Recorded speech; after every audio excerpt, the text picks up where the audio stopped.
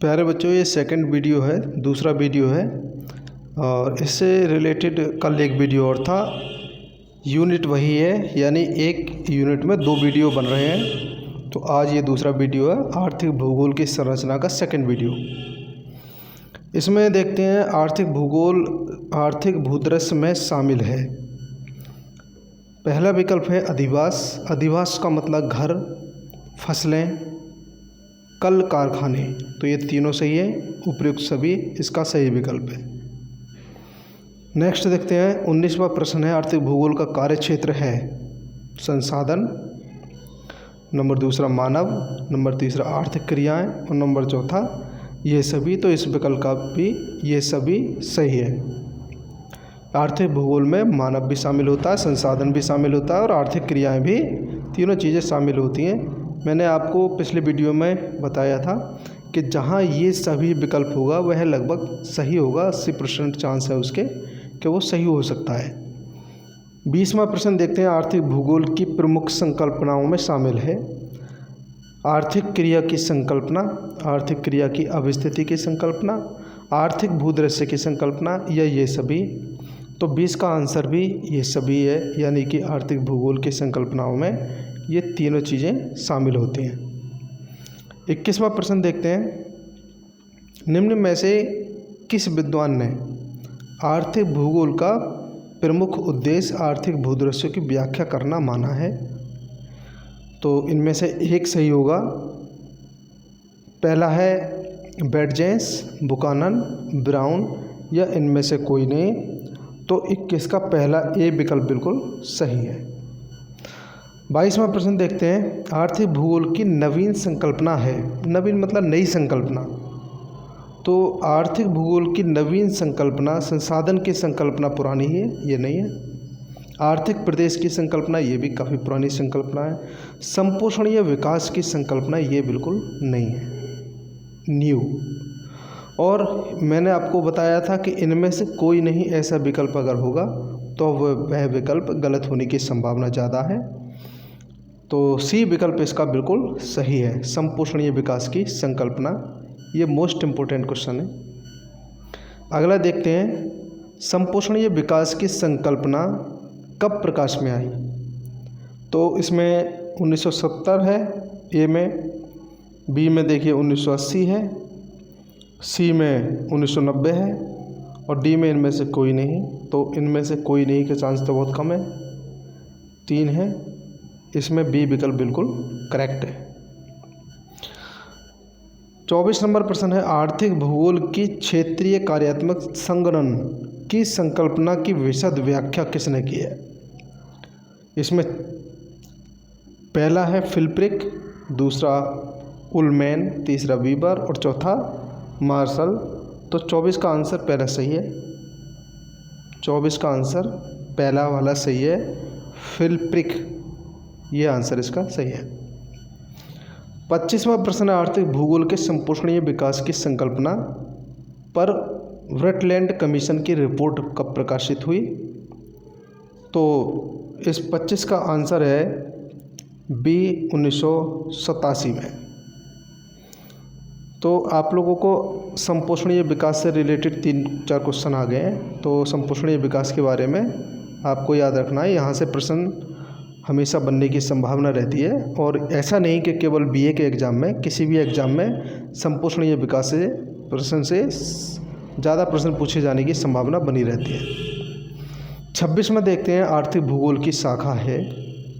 तो आर्थिक भूगोल में कृषि को भी गिना जाता है, परिवहन को भी और पर्यटन को भी, इसलिए ये सभी विकल्प, यानी कि चारों विकल्प, इसके तीनों विकल्प सही हैं। क्वेश्चन नंबर 27 देखते हैं।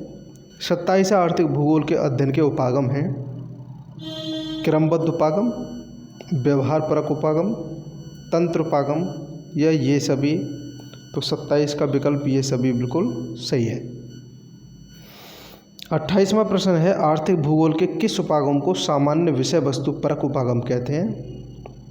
तो 28 का एक क्रमबद्ध उपागम सही होगा, बाकी सैद्धांतिक उपागम, व्यवहारपरक और कल्याणपरक उपागम गलत है इसका। 29वां प्रश्न देखते हैं, आर्थिक भूगोल के निम्न में से किस उपागम में महत्वपूर्ण अध्ययन क्षेत्र को विभिन्न उपविभागों में विभक्त करके उसका अध्ययन किया जाता है? 4 विकल्प हैं आपके, क्रमबद्ध उपागम, प्रादेशिक उपागम, तंत्र उपागम, कल्याणपरक उपागम। तो इसका प्रादेशिक उपागम जो बी विकल्प है ये वाला बिल्कुल सही है। 30 प्रश्न देखते हैं, 30 नंबर, क्रमबद्ध उपागम के प्रकार कितने हैं? तो 30 नंबर का ए सही है, 2 प्रकार के उपागम होते हैं। 31वां देखते हैं, डी हुटिल्सी, इसका याद रखेंगे आप, ये डी हुटिल्सी कुछ इस तरह से इसका नाम लिखा जाता है हिंदी में, मैंने इंग्लिश में ही टाइप कर दिया है। डी हुटिल्सी ने विश्व के कृषि प्रदेशों का विभाजन कब किया है? वेरी मोस्ट इम्पोर्टेंट क्वेश्चन है। इसका सही विकल्प सी होगा, 1936 सही है। 1936 में इन्होंने विभाजन किया था।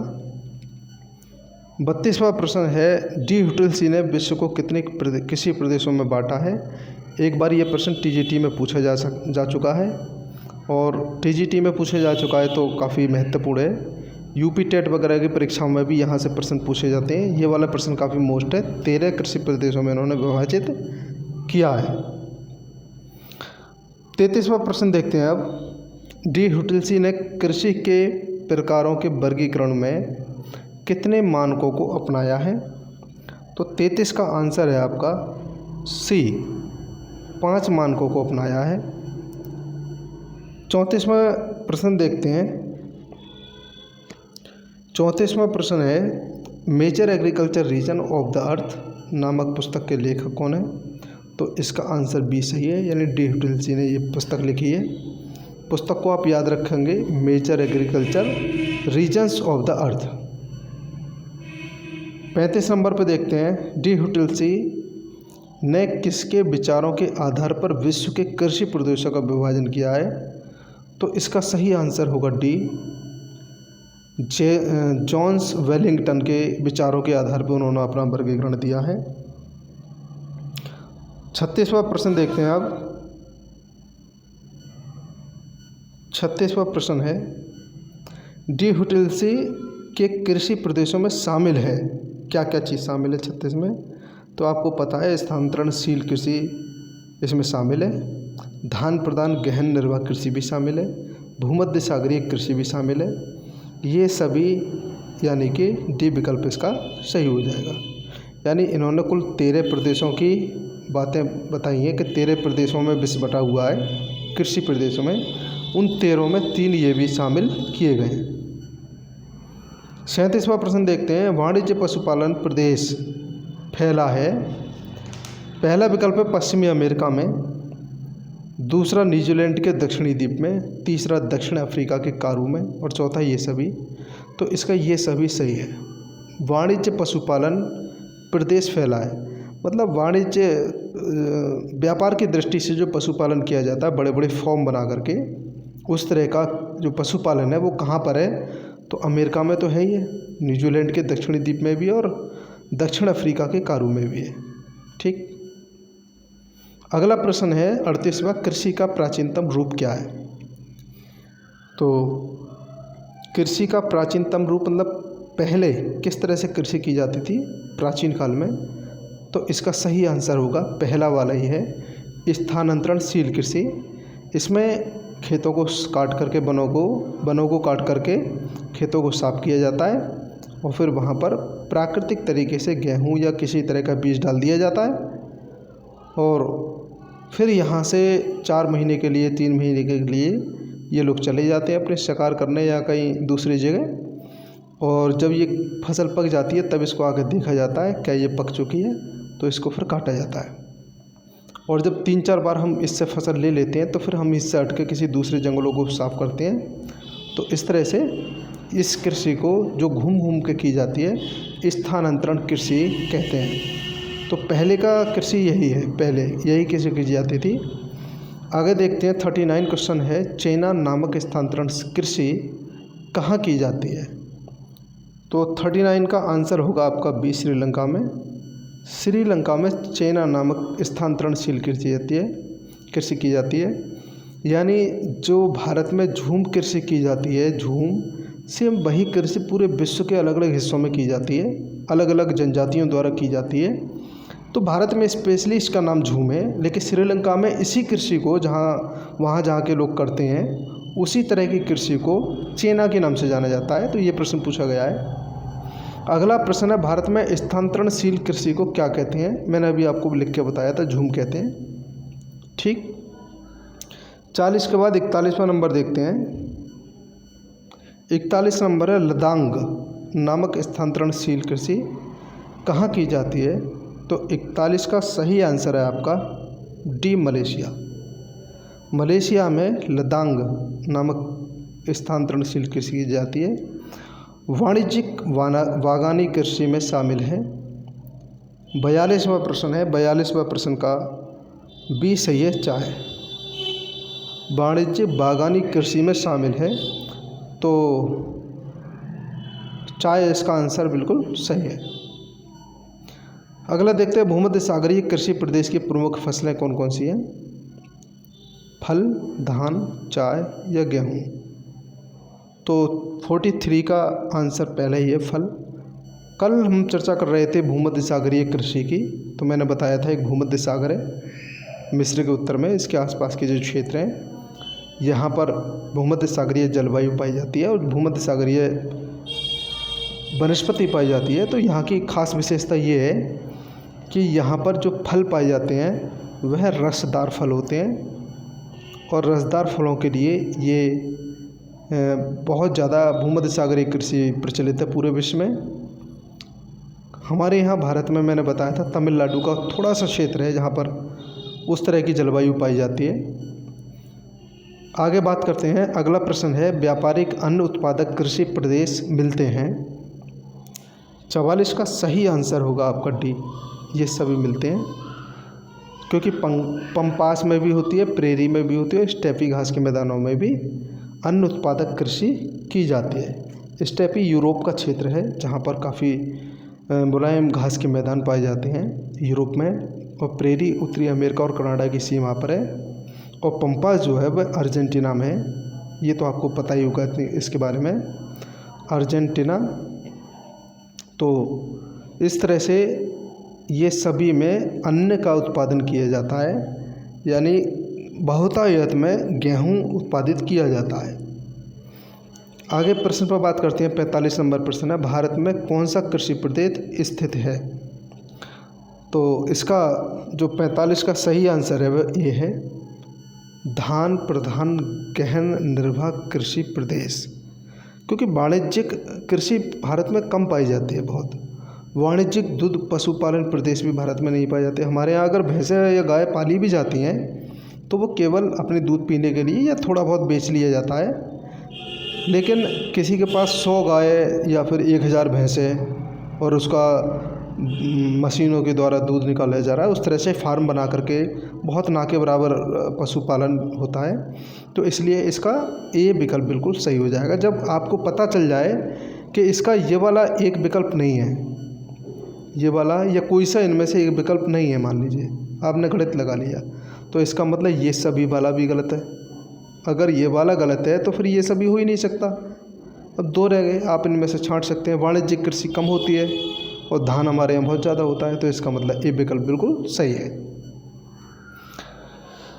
46वां प्रश्न देखते हैं, व्यापारिक दूध उत्पादन कृषि प्रदेश स्थित है? कहाँ पर है? 46 का आंसर बिल्कुल डी सही है, क्योंकि व्यापारिक दूध उत्पादन यूरोप में तो होता ही है, क्योंकि मैंने अभी बताया आपको यूरोप जैसे जो क्षेत्र हैं वहाँ पर इस तरह का होता है। अमेरिका, संयुक्त राज्य अमेरिका, यूएसए और न्यूजीलैंड तीनों में होता है, इसलिए ये सही है। 47 चलवासी पशुचारण प्रदेश के प्रमुख पशु हैं? तो 47 का सही आंसर है आपका डी, ये सभी विकल्प बिल्कुल सही है। याक, बकरी और भेड़ तीनों इसके सही आंसर है। 48 में देखिए, मिल्पा नामक स्थानांतरणशील कृषि की जाती है? इसका सही आंसर है रोडेशिया में। आगे प्रश्न पर बात करते हैं 49 का। फिलीपींस में स्थानांतरणशील कृषि को कहते हैं। 49 का सही आंसर है आपका सी, कैगीन। आगे बात करते हैं, लास्ट क्वेश्चन है ये आज का। आर्थिक भूगोल का परम लक्ष्य है। तो आर्थिक भूगोल का जो परम लक्ष्य क्या है? सामाजिक कल्याण। आर्थिक भूगोल का जो परम लक्ष्य है सामाजिक कल्याण है। इस प्रश्न को एक तरीके से और किया जा सकता था, हम डायरेक्ट ना करके। जैसे हमें पता है संसाधनों का शोषण करना तो भाई किसी सब्जेक्ट का हो ही नहीं सकता, ये तो नहीं है। इसका मतलब डी, ये भी नहीं हो सकता। जब ये दोनों ही नहीं हो सकता तो इन दोनों में से कोई एक छांट लो। एक में कल्याण आ रहा है, एक में धन वृद्धि आ रही है, तो इसका मतलब कल्याण वाला ही होगा। तो ऐसे ही इसका हो गया। तो आज का वीडियो यहीं तक है, आपको कमेंट करके बताना है। मैंने उसमें देखा कि बच्चे देख बहुत रहे हैं लेकिन सब्सक्राइबर की संख्या कम है, तो आप वीडियो को सब्सक्राइब कर लें। और किसी भी तरह के सुधार के लिए आप ज़रूर कमेंट किया करें। शुक्रिया।